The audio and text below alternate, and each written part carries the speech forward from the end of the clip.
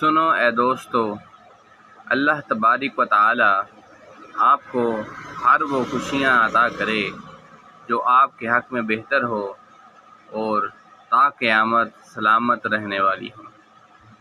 آمین ثم آمین یا رب العالمین۔ ماشاء اللہ، سبحان اللہ، الحمدللہ۔ اس طرح کے ربیع الاول آنے والا ہے تو تمام دوست احباب سے گزارش ہے کہ درود پاک کثرت سے پڑھا کریں۔